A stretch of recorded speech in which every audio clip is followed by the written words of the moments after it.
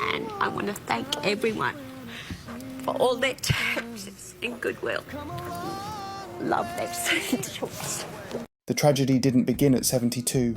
It started when Sharon Osbourne was just 6 years old, and everything soft in her world vanished in one violent, unfixable moment. She was born in London in 1952, into a house that looked powerful on the outside, one run by Don Arden, a feared and famous music mogul. But it was cold as stone on the inside. There were no lullabies, no bedtime hugs, only slammed doors, shouted orders, and rules that felt like laws carved into concrete. Her father's world was built on contracts and power. Emotion wasn't part of the blueprint. But here's the part that never stopped haunting her. When Sharon was just a little girl, her mother died in a sudden car accident. One day, she was still clinging to tiny pockets of comfort, and the next, silence moved in and never left. No mother, no gentleness, no one to stand between her and the crushing discipline of her father. That kind of loss doesn't just create sadness.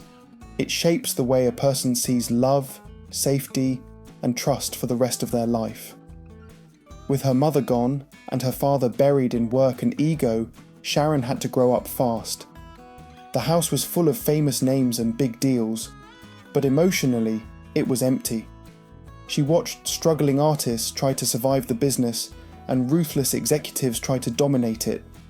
She didn't play with dolls or dream about fairy tales. She learned how to read people, how to anticipate danger, and how to mask her feelings so no one could use them against her.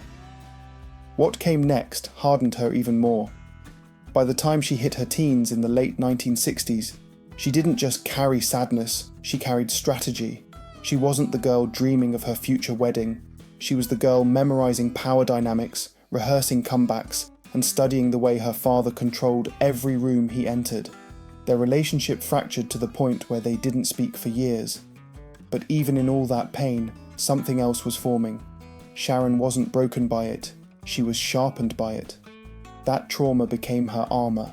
It didn't heal her, but it taught her what most people don't understand until much later in life. That comfort is fragile, that love can disappear overnight, and that survival sometimes means holding yourself together with nothing but grit. And that's where the story really begins, because that grit, it would one day become the only thing holding together an empire, a legend, and a family collapsing behind the scenes. By her late 20s, Sharon Osbourne was already deep in the music industry, but she wasn't riding on her father's name. She was clawing her way through it on her own terms, walking a razor's edge between survival and total collapse. Then came Ozzy Osbourne. It was the late 1970s. Ozzy had just been kicked out of Black Sabbath, written off as a has-been, drowning in drugs, spiralling fast. His name was toxic. His career was supposedly over. He was glassy-eyed, shaking, broken. And yet Sharon didn't see a ruined man. She saw a wounded giant, a mirror of the same kind of pain and instability she had lived through herself. That decision changed everything. She didn't just manage him, she chose him, fully. And that choice cost her everything. Her father exploded with rage. To him, Ozzy was a disgrace, a gamble not worth taking. When Sharon refused to back down, their relationship shattered. She was disowned, cut off. The money, the protection, the legacy, gone overnight. But she never blinked. I lost my family, she later admitted, but I found love. It wasn't poetic, it was brutal. Sharon bet her entire future on a man the world mocked. She knew the risks. If he failed, they'd both go down with him. But that's the kind of love she chose, one that came with no safety net. And the early years were hell. Ozzy was barely functioning. The drugs were constant. The money was vanishing. Sharon was negotiating contracts by day, praying he'd survive the night. She mortgaged everything, financially and emotionally, just to keep things afloat. Some nights, unpaid bills piled up beside her hotel bed. Other nights, she sat alone, wondering if Ozzy would even make it to the next show, but she didn't quit. Not once. Even when Ozzy staggered off stage and whispered, "Don't let them see me like this," Sharon would wipe his face, straighten his jacket, and shield him from collapse. In private, she cried silently in hotel bathrooms. In public, she looked unshakable. And through all of it, she built something no one saw coming. She wasn't just managing his career, she was resurrecting it. She planned the tours, she rebranded the image, she made record labels believe again. And in 1982, when she finally married him, it wasn't a fairy tale, it was a war vow, a commitment written in exhaustion, sacrifice, and defiance, because Sharon didn't just save Ozzy's life, she rebuilt his legacy. And she did it while carrying the weight of losing her own family, enduring addiction chaos, and watching her husband fight his demons night after night. The 1980s didn't bring peace, they brought noise, both on stage and behind closed doors. While Ozzy Osbourne was roaring back to fame with albums like Blizzard of Oz and Bark at the Moon, Sharon was juggling motherhood, business, and damage control, all at once. She was now the mother of 3 and the manager of one of the most unpredictable men in rock, but there were no playbooks for what she was doing. One minute she was rocking a baby to sleep. The next, she was calming Ozzy through withdrawals. Then, she was on the phone negotiating tour contracts. It never stopped. But here's what most people never saw. Behind the lights was survival. People heard the music. They saw the sold-out crowds. But Sharon, she saw overdoses barely avoided, ambulances showing up quietly, therapy schedules hidden under stage notes, and invoices that stacked higher than applause. And Ozzy knew it too. Years later, he admitted, "She saved my life when I couldn't even look at myself."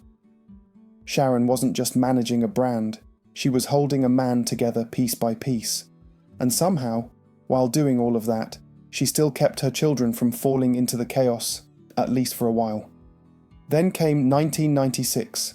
Sharon launched Ozfest, the music festival that would define an entire era of heavy metal. Bands that couldn't get booked anywhere else were suddenly handed stages and crowds.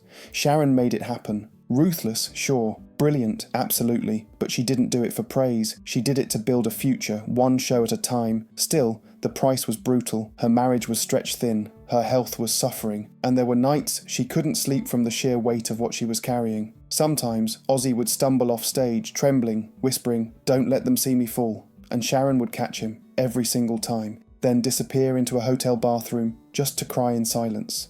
She was the general behind the chaos, the spine of the machine. People called her cold, controlling, even manipulative, but they didn't see the woman up at 3 a.m, handling crises while her husband fought for control of his own body and mind. They didn't see the way she protected him, not with words, but with actions. And when things fell apart, she was the one who quietly put them back together. Because through it all, Sharon still believed one thing, that if she stayed strong, the family wouldn't fall. That if she broke, everything else would too. So she didn't break. Not in front of the world, not in front of her kids, not even when the weight should have crushed her. By the early 2000s, Sharon Osbourne had already conquered the music world. But now, she was about to step into something even more chaotic, reality television. And with it came a storm that neither she nor her family were truly ready for. The Osbournes' reality show premiered in 2002. To fans, it was hilarious. To Sharon, it was dangerous. Cameras followed their every move. Ozzy mumbling through the house, the kids getting into trouble, and Sharon yelling from room to room like the queen of controlled madness. It was funny, raw, and strangely charming. But behind the scenes, it was an emotional war zone, because once the cameras are in, there's no going back. Private moments became public content. Family arguments became TV ratings. Sharon, who had spent her entire life protecting her home from collapse, suddenly had to watch it unfold on screen for millions to see. And as the fame exploded, the pressure followed. Still, Sharon took control. She became more than just Ozzy's wife. She became a full-blown celebrity. Her sharp wit, brutal honesty, and fierce loyalty made her an instant hit. She went from backstage to front and centre, book deals, interviews, endorsements, and eventually a seat as a judge on the X Factor UK and America's Got Talent. She was on fire, but success didn't erase what was happening behind closed doors. Because while the world was laughing with the Osbournes, Sharon was hiding a devastating secret. She had been diagnosed with colon cancer, and unlike the stage lights, cancer was not something she could script or control. It took her strength, it took her energy, and it nearly took her life. Yet somehow she kept going. She put on wigs, painted on smiles, and walked onto sets like everything was fine. But before the makeup chair, she was throwing up from chemo. Before she sat at the judges' table, she was sitting on the floor of her bathroom, whispering to herself, "Just hold on." And she did. She held on for her children, for Ozzy, for the brand she built out of sweat and sacrifice. She never wanted her kids to grow up the way she did, scared, alone, unsure if their mother would come home. So she fought not just cancer, but the fear that her absence could leave the same scars she'd carried since childhood. This wasn't fame, this was survival. While others saw a TV star, Sharon was quietly facing the biggest health battle of her life, and still holding her family together, piece by piece. That's what made her different.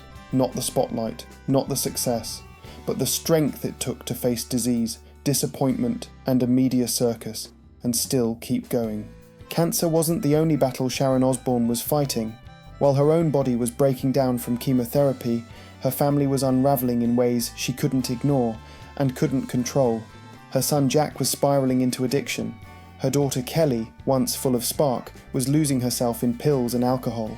And Sharon, frail from treatment, bald from chemo, and too weak to walk unassisted, was spending her nights making desperate calls to rehab centres, whispering through cracked lips, "Please take them, before it's too late." This wasn't just a mother being strong, this was a mother being desperate. She was holding a phone in one hand and an IV line in the other. Her veins were swollen, her skin pale, her strength fading. But she didn't stop. She couldn't stop. Because cancer might take her body slowly, but addiction was ripping her children apart even faster. And then came Ozzy's crash. In December 2003, while Sharon was still mid-treatment, Ozzy suffered a near-fatal ATV accident. His ribs were broken, his collarbone shattered, his chest was bruised so badly that machines had to breathe for him. And Sharon, dragging herself through hospital corridors while tethered to her own IV, planted herself at his bedside like a soldier at war. "You're not leaving me," she whispered, her lips trembling from weakness. And Ozzy, half conscious and broken, would later admit, "She saved me," when she could barely save herself. But the hits kept coming. At night, Sharon would hold Ozzy's hand in one room, then sneak off to make calls about Jack's rehab in another. Hours later, she'd cry in silence while watching Kelly stumble through her own dependency. No one saw these moments. No camera captured it. But they happened, over and over again. The world laughed at the Osbournes. They thought it was comedy. Sharon was living an apocalypse. Her family was disintegrating. Her body was failing. Her spirit was stretched beyond anything a human being should be expected to carry. But she carried it anyway, and not once did she let the world see her collapse. Even when she curled on the bathroom floor between takes, vomiting from chemo. Even when she sat awake in the dark, whispering, "Not now. Not yet." Even when she had every reason to walk away, she stayed. Because if she fell, who would hold them all together? That was Sharon's curse, and her power.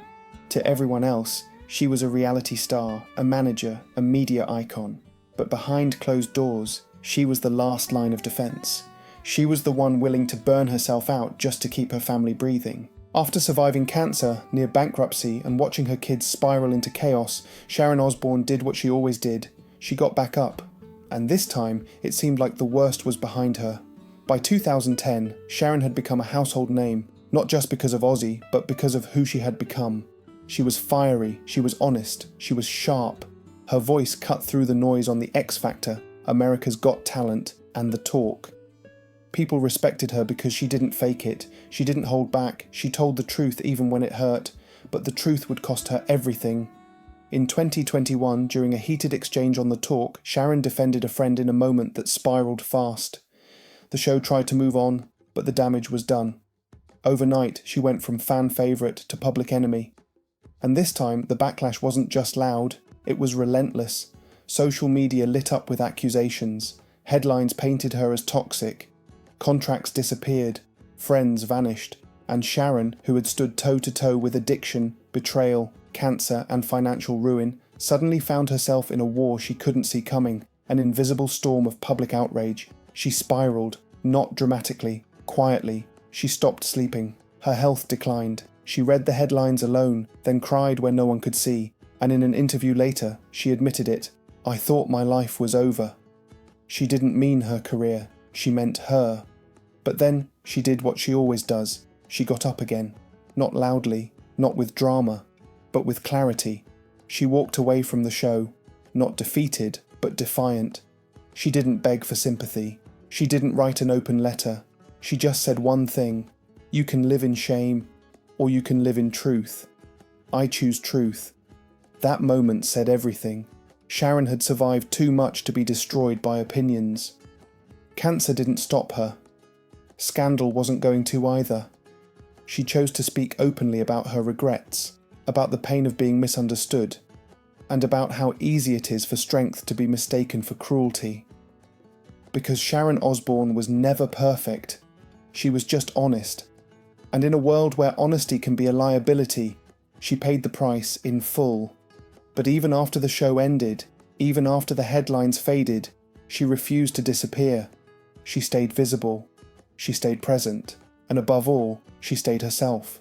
And that might be the most powerful thing she ever did. Not just surviving cancer, not just managing Ozzy, but surviving a world that tried to erase her, and proving that you don't need to be loved by everyone to know your worth. Just when it seemed like Sharon Osbourne had weathered the worst, life hit her with something even more personal: Ozzy's betrayal. After decades of loyalty, rebuilding his career, and carrying him through addiction, illness, and collapse, she discovered he had been unfaithful. And it wasn't just a rumour, it was real. Ozzy admitted it. Sharon said the truth hit her like a blade to the chest. She had sacrificed everything for him. She had been his shield, his nurse, his manager, and his wife. And now, the man she saved over and over had become the one who cut her the deepest. For the first time, she walked away. She left the house, left the life. Ozzy stayed behind, shocked. The silence was suffocating. Sharon later said, "It felt like everything we built crumbled overnight." After all the fires they survived together, this was the one that almost turned her to ash. But the story didn't end there. Because what came next wasn't a divorce. It was something harder. Sharon chose to stay, not because she was weak, but because she wanted to rebuild, not blindly, but with conditions, therapy, accountability, truth. Forgiveness wasn't given, it was earned. And then came the darkest night. One evening, during a spiral of illness, addiction, and emotional collapse, Ozzy lost control. Sharon later described that night as the moment she truly believed she might not survive. Her vision went black. Her breath shortened. The police were called. Sirens screamed through the night. And just like that, the man she had spent decades protecting became someone she didn't recognize. But she made a choice that stunned even her closest friends. She stayed. Not because it was easy, but because she refused to let trauma win. She said, "If we can heal this, we can heal anything." And so began the long, painful road through therapy, through apologies, through real, honest conversations.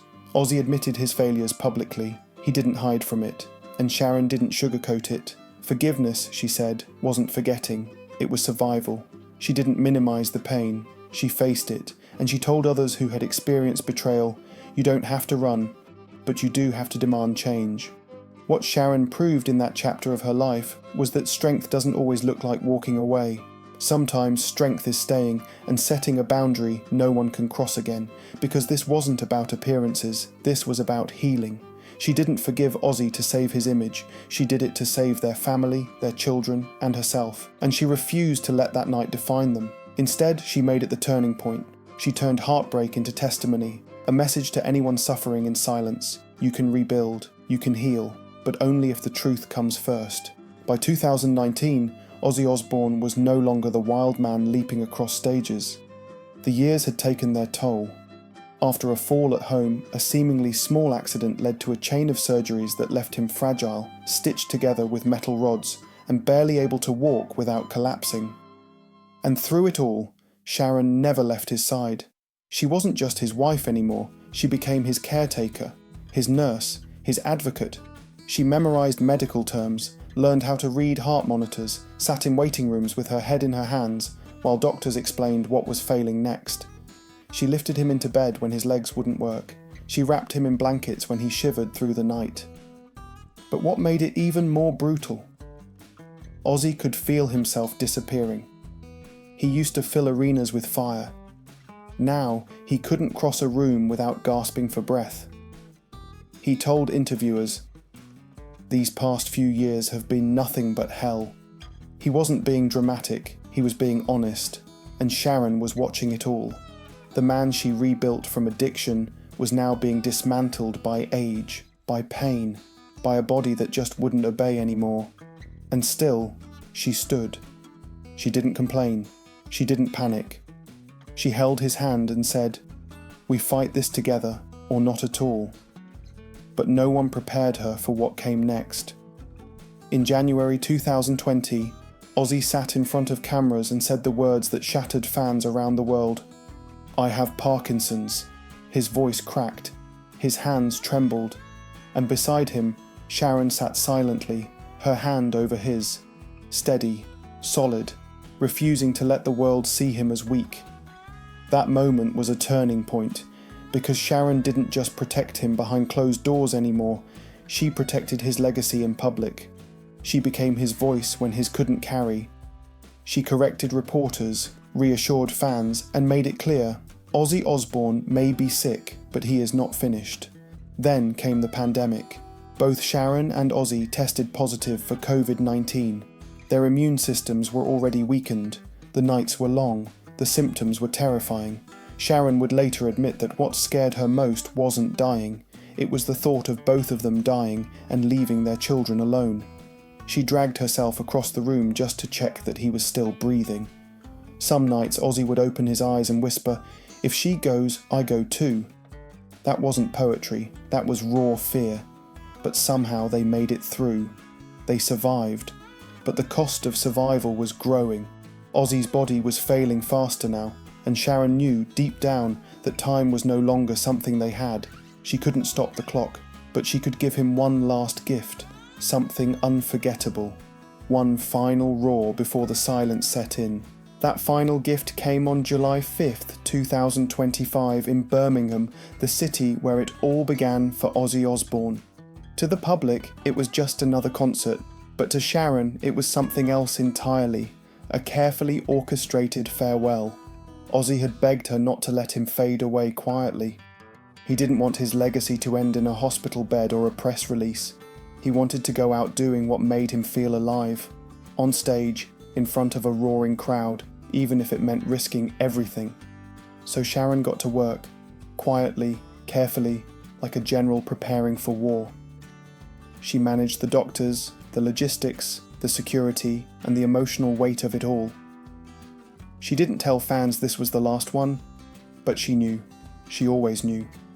The risk of his spine giving out mid-song, the danger of collapse, it all sat on her shoulders. But Ozzy needed this, and Sharon made it happen. When the lights went down and the music started, Ozzy stepped forward, frail, slow, but still commanding. His voice cracked, but it rose. It wasn't just a concert, it was defiance. A man giving every last drop of himself to the people who had stood by him for decades. And Sharon watched from the wings, whispering a prayer with every note. Just let him finish. Just let him finish. One crew member later said, it wasn't a performance, it was a holy rite. The crowd screamed not only in awe, but in mourning. They knew, even if no one said it out loud, this was the end. When the final chord hit, Ozzy bowed, and the arena exploded. But it wasn't applause, it was a goodbye, a requiem, a tribute to a man who had given them everything.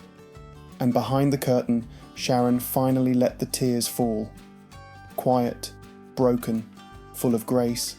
She had carried him through addiction, surgeries, Parkinson's, and now this. Because this wasn't just Ozzy's ending. It was hers too. She had built that stage not just with contracts and strategy, but with pain, loyalty, and a kind of love that most people never experience. And she knew, as the lights dimmed, that the hardest part was still to come. The end came quietly. On July 22nd, 2025, just weeks after that final concert, Ozzy's breathing slowed. The man who once screamed across stadiums was now barely whispering. Sharon stayed by his side the entire time. No cameras, no press, just her hand in his. "You roared until the end, my love. Rest now," she whispered, and with that, he was gone. Sharon didn't scream. She didn't collapse. She pressed her forehead against his and stayed there, frozen in that final moment of stillness. After decades of noise, chaos, and battle, they had reached silence. But silence was never going to be peace. It was loss, the deepest kind, because no matter how many storms Sharon had survived, this was the one she couldn't fix, the one she couldn't carry.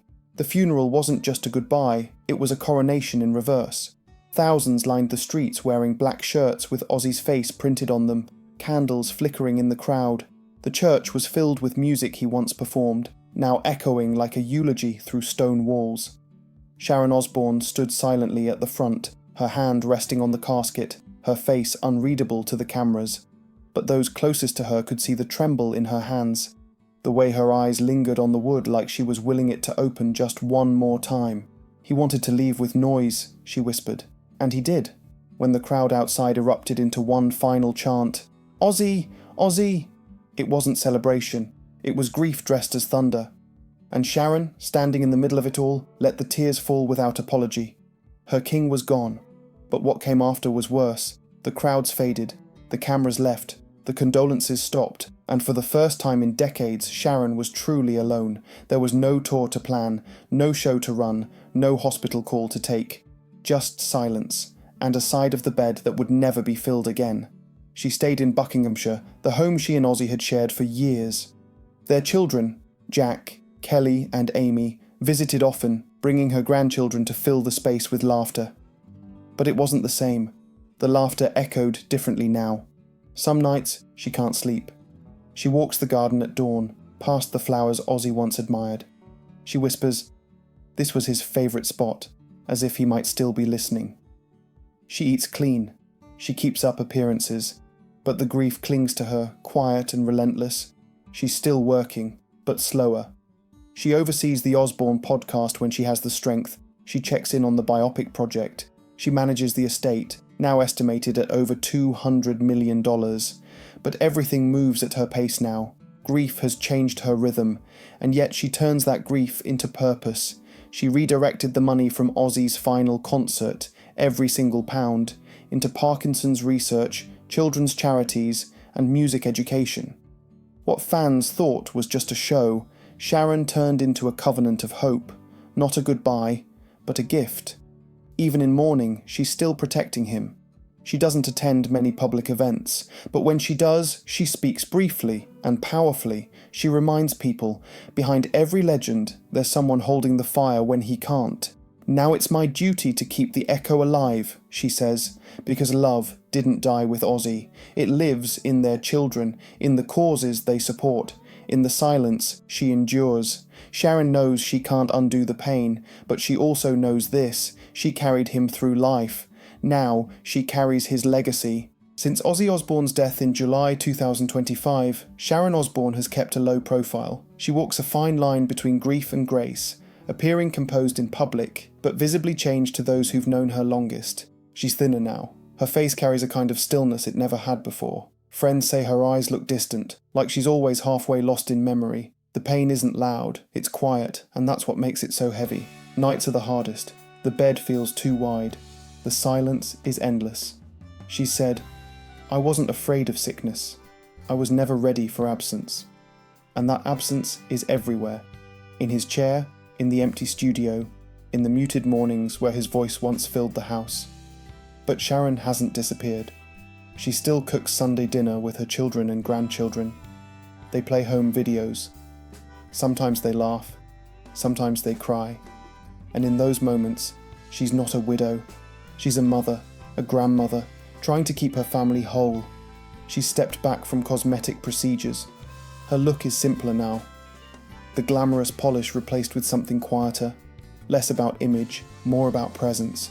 She says she wants to age naturally, to let the lines on her face reflect the life she's lived, not hide it.